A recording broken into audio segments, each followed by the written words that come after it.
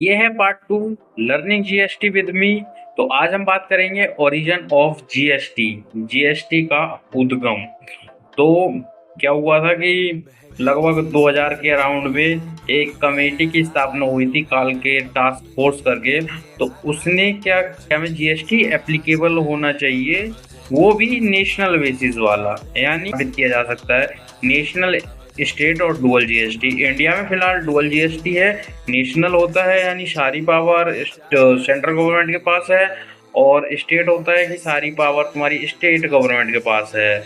और डुअल में क्या होता है कि दोनों की दोनों मतलब दोनों के पास पावर होती है रेवेन्यू कलेक्शन की और लॉ बनाने की जीएसटी के रिगार्डिंग। जो फाइनेंस मिनिस्टर है पी चिदम्बरम, उन्होंने कहा था कि जीएसटी अप्रैल 2010 से लागू हो जाएगा। लेकिन कुछ डिले के बाद में क्या हुआ कि ये अगले बजट में कहा गया कि जीएसटी अप्रैल 2011 से लागू किया जाएगा, लेकिन लागू हुआ ही नहीं क्योंकि स्टेट का भी माने ही नहीं भाई नेशनल जीएसटी के लिए।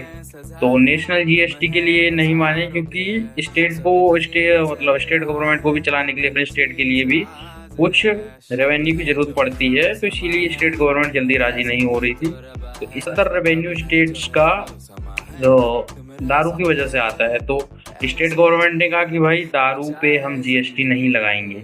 दारू पे आज भी वैट या सीएसटी लगता है, एक्साइज ड्यूटी वगैरह, आई थिंक अभी मेरे को पता नहीं है, लेकिन जीएसटी नहीं लगता उस पर, और टैक्स लगता है दारू पर, वो भी ह्यूमन कंजप्शन वाला। लेकिन अगर कोई दवाई वगैरह में यूज़ कर रहा है थोड़ा बहुत तो वहाँ पर जीएसटी लगेगा, लेकिन नशे के लिए वहाँ पर जीएसटी नहीं लगता।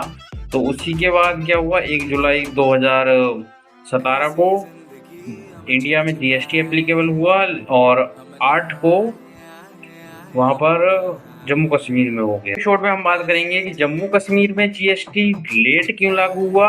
मिलते हैं नेक्स्ट वीडियो में, तब तक के लिए फॉलो कर लो।